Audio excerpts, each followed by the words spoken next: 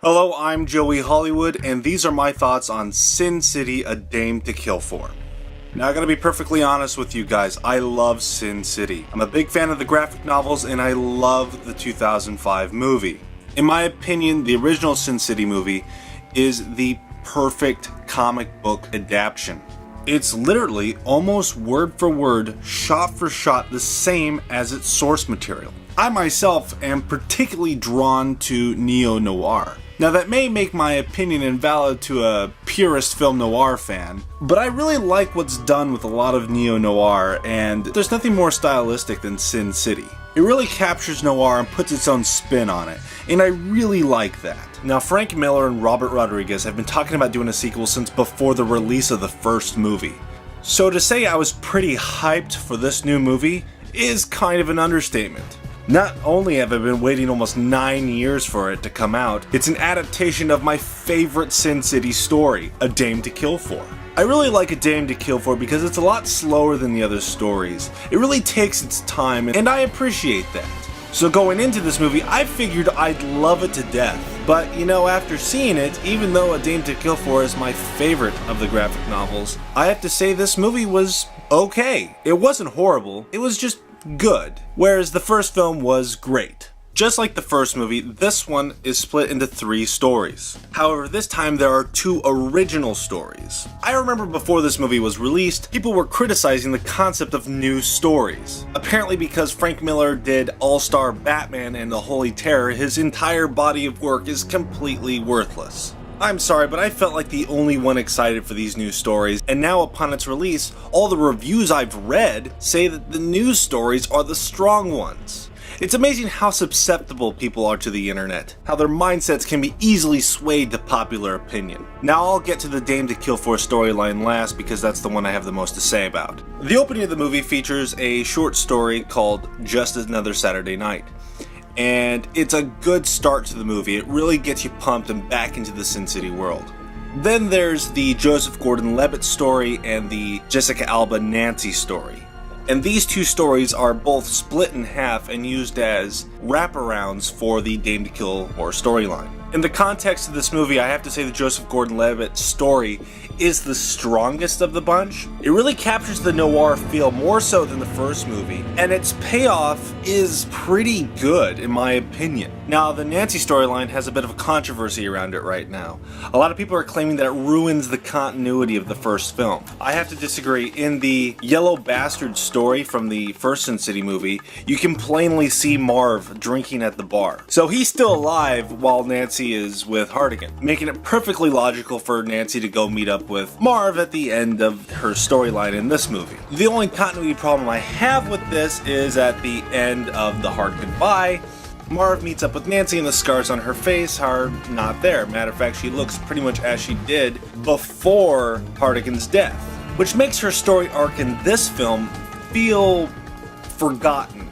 She cuts up her face, and I'm sure those scars could have healed, but I really felt that that was making a statement that she was no longer the girl she was before. And to see her in The Hard Goodbye, just basically what she was before, it feels like there was no character development there. The growth of her character was symbolized by the scars on her face, and just to have them not be there makes me feel like that she's not grown at all, that she just reverted back to her original state. But you know what? It's something I can easily overlook.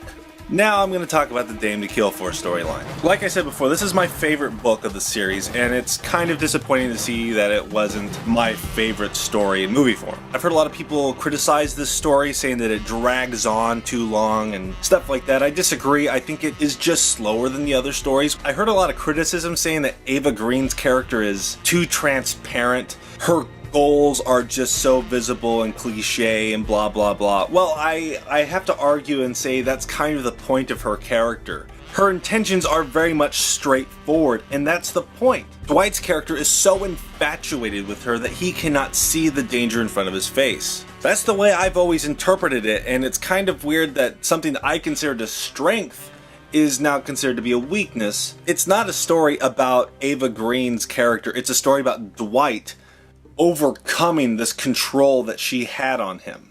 Now, there's a problem with the delivery of this story as well. I've read the book. It's my favorite book. I know how it's supposed to play out. I got confused while watching the movie. I did not realize time had passed, and I read the book. I should know that time had passed. It wasn't made apparent to me as a viewer, and it really got me confused. See, in the book, Dwight gets plastic surgery and it takes 3 months for him to recover. In this, it happens in the blink of an eye, and I just had to go, oh, I guess it's 3 months later. For someone who read the book, to be confused by that is kind of weird. And I think it will make more sense as soon as the Blu-ray is released and they give you the recut, unedited, and unrated versions. That's essentially where they just have the stories individually by themselves. You can watch them with added scenes. I think it's actually going to make more sense there, and it's kind of a shame because as much as I like the original movie and I like the episodic versions on the second disc, I do think the film is strong as a whole, where this one almost needs to be split up, and that's kind of a shame. Now, I understand they couldn't get Clive Owen for scheduling reasons, but the thing is, this movie uses a lot of green screen. I really wish they could have just done something, prolonged the release of the film, just something, because when Dwight returns with his new face, he just looks like Dwight. The only difference is he has hair, and I think that's a major flaw, because the fact that he's surprised that he got caught at the end is really stupid, because he looks exactly the same. He just has a prosthetic on his nose and he has longer hair. It really just doesn't work for me, and I really wish they could have got Clive Owen to return for the post-plastic surgery Dwight. It really could have benefited the movie hugely.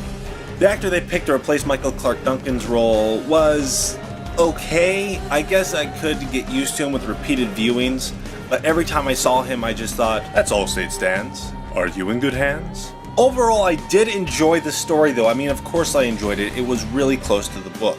They took a little bit more liberties than they had in previous Sin City stories, but for the most part I thought it worked. There was a few sequences where I didn't think it worked. For instance, in the book, Dwight says the silencer makes a whisper of the bullet.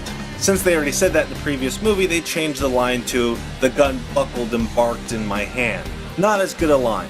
I understand why they changed it, but it was still kind of disappointing. Like I said, even though I have criticisms towards this movie, I did really enjoy it. It's not as good as the first one, but sequels most of the time aren't. Now, I understand that this movie's not doing that well at the box office, and I'm really disappointed about that because I do want a Sin City 3. They got 2 more full stories left and a handful of short stories that they could adapt. I really want to see them do Family Values or Hell and Back. I want more Sin City. Now, I'm not saying I want like 12 Sin City movies, but I think a trilogy would be really nice. And I hope that these box office numbers won't hurt the chances of that. That's just my opinion though. A lot of people are saying otherwise, but you know, it's my opinion and I have a right to it. So those are my thoughts on Sin City: A Dame to Kill For. Please leave a comment below and tell me what you thought of the movie.